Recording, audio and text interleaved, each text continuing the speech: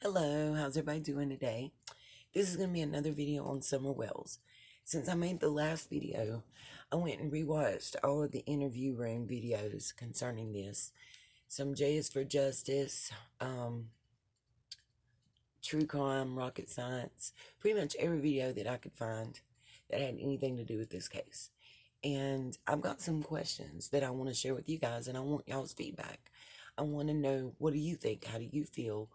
And would you find these things quirky as well? And just an update on me. Um, yes, I am still in quite a bit of severe pain. You might see me squirming around a little bit during this video, and I may make it shorter than what I want just because I'm not feeling well. Um, Better than yesterday, and hopefully tomorrow will be another day. Be able to go back to work soon on the 4th, yay. So, but here goes. Just some questions and observations. This is all alleged. It's my opinion, but it is questions that I have just based on really Don and Candace's statements to the news media and their interviews, and H's. The first one I have is, what was the true relationship between Candace and this 15-year-old boy and this 15-year-old boy and the 5-year-old girl, Summer? And this is coming from a mom's perspective. I'm a mother and a grandmother, so I can identify with these people on that level. And I live in a similar rural type area. I mean, literally, anybody that actually knows where we live, I'm less than 2 hours from them, in the state that I'm in. So, and we have a similar type area to where they live. It's very rural. I mean, our mail comes to a mailbox just like theirs. Anyway, coming from a mom's perspective, I'm not letting my 5-year-old daughter hang out with some 15-year-old boy that's not her family. Even if it is her family, I don't know that I'm letting them hang out like that. And I'm not going to be messaging back and forth to him the way that she was on social media. If she's doing that on social media for everybody to see, what kind of messages are being sent privately? That's my question as a parent. Now, understand that. I'm not making any accusations, just questions that run through my mind that maybe somebody else can answer. Maybe there's something I missed or don't understand. And, you guys can help me do that. But that's questions that are on my mind. It's totally my opinion, my thoughts. Nobody else, I'm not saying anything against anyone. My next question is, if you saw the video that Dawn made of the dog trail behind the yellow generator that led out to the road below where their driveway was, yeah, that train could easily, it wasn't a long haul. He did it pretty quick, as old as he is. Could easily be walked by somebody, and possibly even covering the mouth of a young girl and getting her into a car right there. Absolutely. But who's going to know that property well enough to know that trail and to know that they can enter right there from that road and come out right there and do that fast and that quick? Who's got the access to the property to be able to know that? And again, I have some thoughts and reasons that I asked this question. As a young girl, we had 3 acres of woods behind my house. I had a tree house. I had trails and everything I played in. I bet you my parents couldn't even go those trails and didn't even know half of them the way we did as kids in the neighborhood.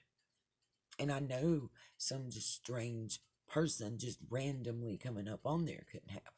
So if that is the way, if that's what happened, if somebody came up that trail and they took that young girl, okay, I buy it.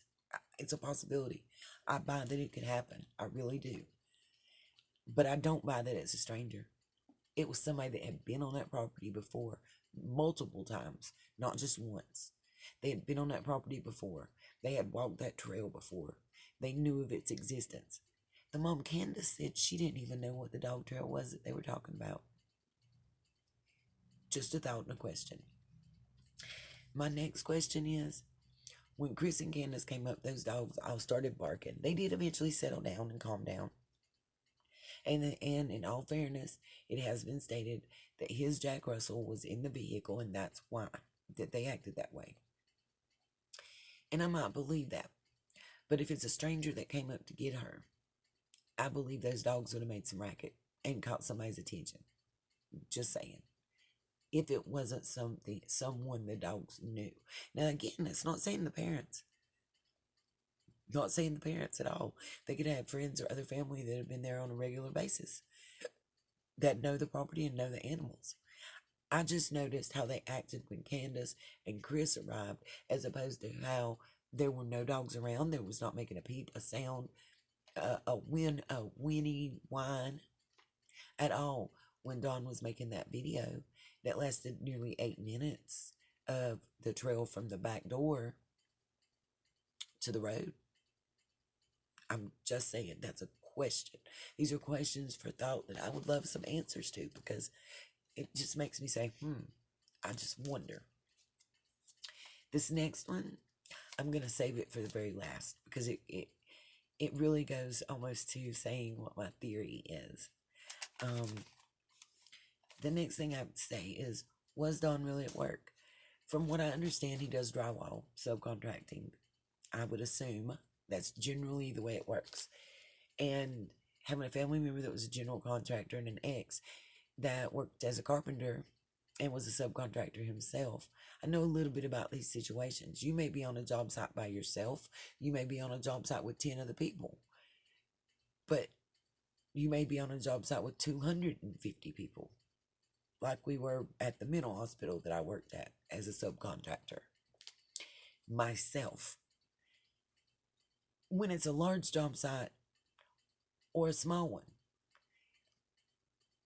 can those people actually guarantee 100% that person was there the entire time that they say they were? Just a question. We have not had confirmation from the authorities in any way that Don was actually at work the entire time. That's all I'm saying. Keep that in mind. Just my opinion. Just my humble opinion. But we haven't had confirmation. That's a fact. We haven't had confirmation on anything, The next thing is, and it goes to inconsistencies and half-truths. Don said that he beat law enforcement to the house. In the video last night, Chris said on the interview room that that was not true. Law enforcement was at the bottom of the driveway where we see the wood stacked up that people have donated in the mailbox. They were at the bottom of that driveway when Don went past to where he says he saw the boys at the shed, and I'll get to that later. Maybe he didn't see them. Maybe he flew by that fast, but why? Why did he go on by his own driveway if he was hurrying home because his daughter was missing? And why wouldn't he be looking for and see the police officers? And why would he be saying that they weren't there when he arrived 45 minutes later? Just questions that don't make sense. My opinion.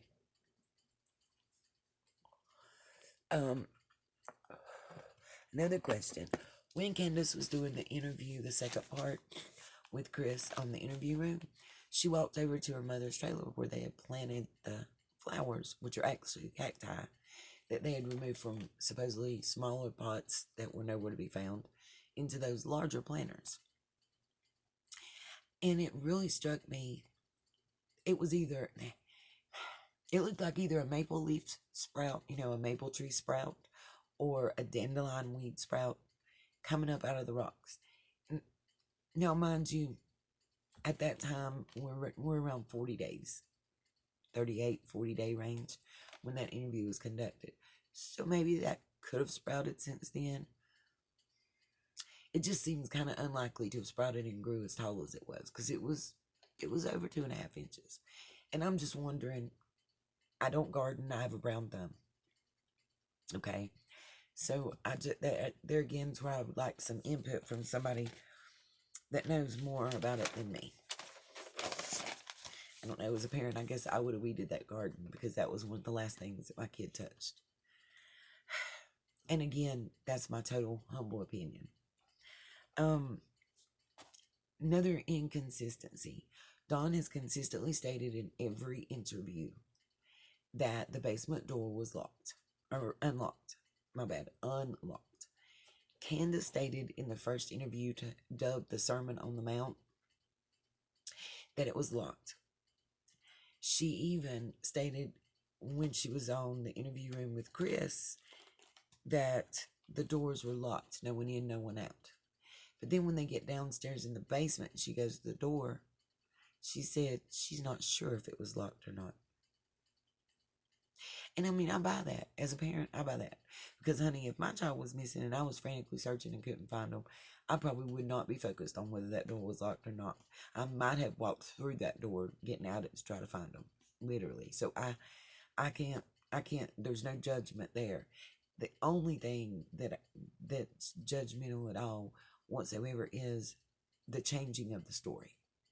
That's problematic. And it just puts little question marks around my head. What do you guys think? Allegedly, according to his first wife, Don tried to sell his older children from his first marriage. When asked about it, Chris from the interview room quoted him as saying he doesn't recall. Not that he did or didn't, just he doesn't recall. Just leaving that one there. Just leaving that one there. That's just a statement of fact. Go watch it. It's the interview room with Chris McDonough. He is an ex-detective, police officer. He works with the Cold Case Foundation. Very accredited. So if you haven't seen it, go watch it. It was very interesting.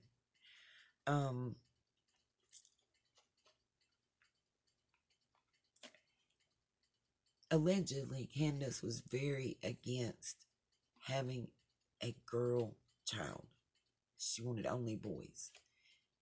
To the point that it was talked about Grandma Candy adopting Summer while Candace was still pregnant with her. Allegedly. Just another, Why? That's my question. If that's true, why? And I guess that's something only Candace and Grandma can answer. Also, 2 female family members allege that Dawn performed acts of SA with them, to them, however you want to say it. Dawn mitigates this to Chris from the interview room, according to what was stated last night, by saying it was his stepsister. He doesn't comment on the other one. Saying it was his stepsister and that he was younger and that, yeah, they did things. Pretty much. That's pretty much what he's quoted as saying. I don't know. Is it a pattern?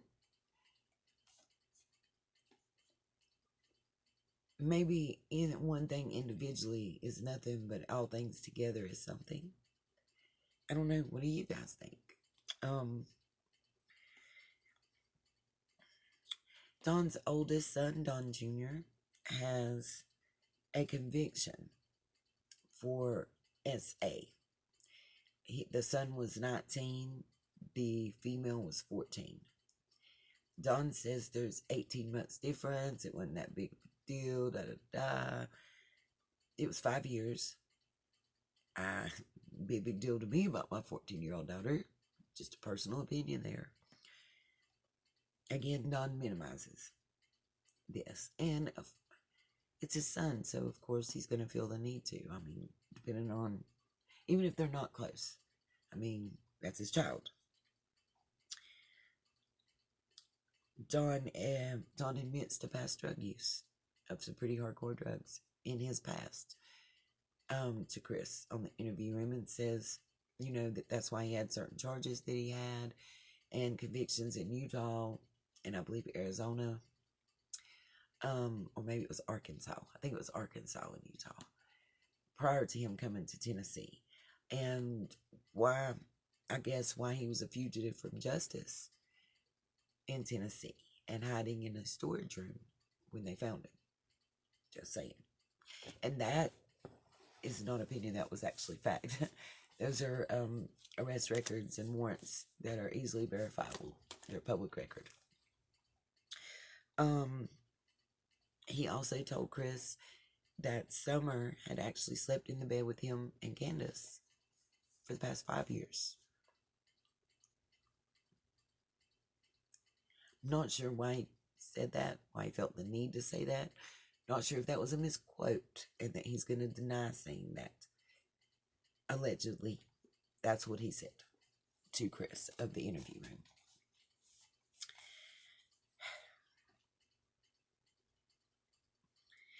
Another question I have goes back to Candace and her mom and Dawn. Candace's sister Rose has been missing for, I think, 12 years now.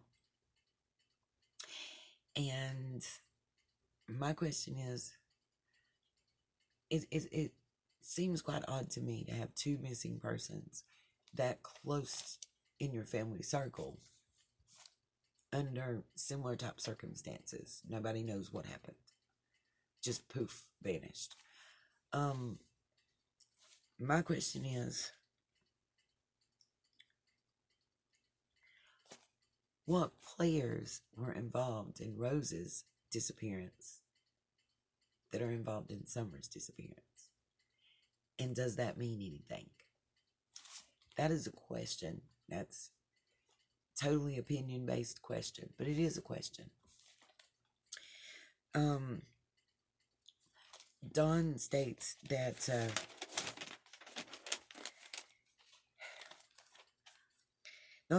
he recently fired a drug user / possible dealer who has been to their house before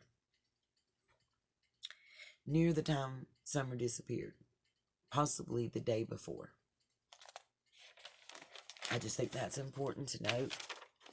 You know, maybe that's why he feels there was some sort of retribution and why he's so adamant that it was an abduction. Maybe he feels this guy would have come after him to hurt him that way and had been on their property. You know, he's a co-worker. Maybe that's why. I don't know. Just something to think about. Something that's not been talked about, but briefly. Candace's brother Warren is also convicted of SA. From what I understand, he's in a mental institute due to a genetic illness that gives him a predisposition to be susceptible to SA type activities. It's not been stated what diagnosis that is, but rather than receive prison time, he is in a mental institution. Something else, just a pattern there, guys. Just something food for thought that I'm sure law enforcement are putting out in their timeline and their little outline of things as well. One thing that bothers me as a parent is the lack of emotion from all parties involved. As a mom who's a single mother, who's been strong, who was an only child and raised, that you don't cry in front of other people because that's a sign of weakness, and you don't let them see your weakness. I can't tell you how I would act or react if my child was gone like that. I can tell you that I would be showing some sort of emotion. This person, there's no emotion. It's just deadpan. Like, and then they're saying they had drug tests and they weren't on any medication. And it's been specifically asked of Don if Candace was, and he said no. And I'm sorry, but if neither one of them was on any type of mood altering medication, something's wrong with them attitudes, in my opinion. Okay?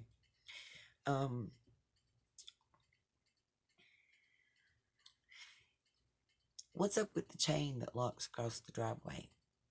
When Chris came up with the interview room with Candace and she wasn't expecting him, so it would have been their normal routine things, that chain was pulled across the driveway and locked. So not just anybody could drive up there. Just a thought.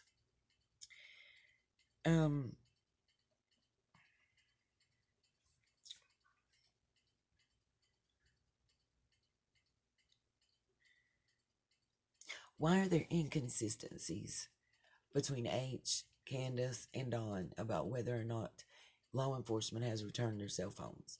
Like, from what I understand, Dawn told Chris from the interview room that they had returned their cell phones, but they were wiped clean.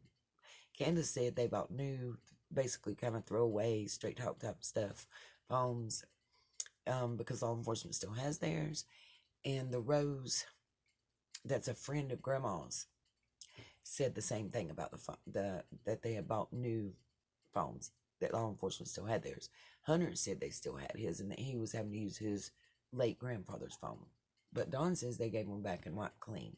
Why the inconsistencies? That's the thing that bothers me the most. The inconsistencies, especially between these parents. Yet, I don't know. And which shed was it when Don drove up on the scene that he saw the boys standing by and told them to go? And why would the mom send the boys out searching? You think somebody has just abducted or taken your daughter? Because you're both saying that's your first thought as soon as this happened. Not that she walked away and fell somewhere and got hurt or got attacked by an animal or nothing like that. That somebody came and took her. Why would you send your other kids out alone to look for her? Wouldn't they be susceptible to something happening to them too? I mean, those are just questions that come into my mind as a parent and a mother that I just want answers, that just don't seem right to me.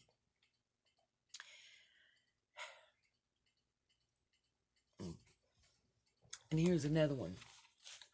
Why are now the 3 boys in protective custody? And not only in protective custody, but all 3 of them in separate protective custody places.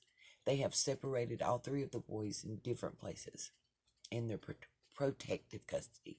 They're not saying in DSS or family custody for their well-being. They're saying protective custody. And the way it's being stated comes across like witness. But, maybe I'm taking it wrong. And if I am, so be it. Again, it's my opinion. But I'm just wondering why. It's another one of those things that's question marks floating around my head, I got a report that usually the cell phone data is back within about 60 days. We're at day 48 now, so around 12 days, they do expect some cell phone data back. Maybe we'll get some information from the police after that, I don't know. There's a reason they're keeping quiet. And it's either they don't know anything and they have nothing to say, or they know a whole lot and they're keeping quiet to make people squirm and see what they're going to say. Again, that's my opinion. I want to know what you guys think, though, A couple other things here. Okay. When I consulted one of my best friends who's actually working on her master's in criminal justice, her immediate response is, since the first interview and the first report that I had, I don't want to get emotional, damn it. Okay. Since the first interview I saw and the first report that I saw about this, I feel like that mother done something with that child and that 15-year-old boy. And that's why the girl's not here. Because she knew CPS was coming and she didn't want to be told on. Again, that's opinion, total opinion. And I pray it's not true. My other thing is, I did an experiment out in the car, and we're actually in the middle of a heat wave, 90 plus degrees right now. Putting my face against a cold milk jug, even after it being in the car, for at least 10 minutes before I put my face on it. My face was bright red like somebody had smacked me on the side of it. And I was catching a brain freeze, and it was like frostbite. After, I couldn't make it more than 12 minutes before I was like, can't do this. I don't understand how this young lady was able to be sleeping so soundly. Because you can tell If she's sleeping, it's a very sound, deep sleep, or she's unconscious. I'm not saying dead. There's a difference. It just is one of those things that makes you say, huh? Little question marks. Another question I have. Where is the black and white puppy that was named Lucky that Summer pronounced Yucky? And you see her holding in the pictures? I didn't see that puppy when they did a tour of the house. I didn't hear it be mentioned. And I'm just wondering, the way the mom was cuddling the cat, that was Summer's puppy. Why is she not cuddling Summer's puppy like that? Just a question and an opinion-based question from a mother. A couple facts for you. When you call 911, they get your location a couple different ways. The first way that they triangulate your location is using latitude and longitude, that signal that's given off by your cell phone based on the cell phone tower that it connects to. Now that may only get you like, usually it's a 3-mile radius. The second way, and the more accurate way, is they connect you and ping off of the nearest 911 address. Say you've been in a car wreck and it goes over the side of the road, whatever, and you're across the street from this house, and that's their 911 address is 311 Disney Lane. Okay, 311 Disney Lane is where it'll show that you're calling from. Now, if you're moving, it's going to keep pinging as long as you're on that phone with them. Going to keep pinging every 911 address you pass as you pass. Another question I have is, why have they not released either one of the 911 calls yet? Usually that's one of the first things that they release, unless it's some type of evidence in a crime, in a criminal investigation. I'm just saying, just a question that I have. One of those things is another one of those not making sense type things, and it's solely my opinion.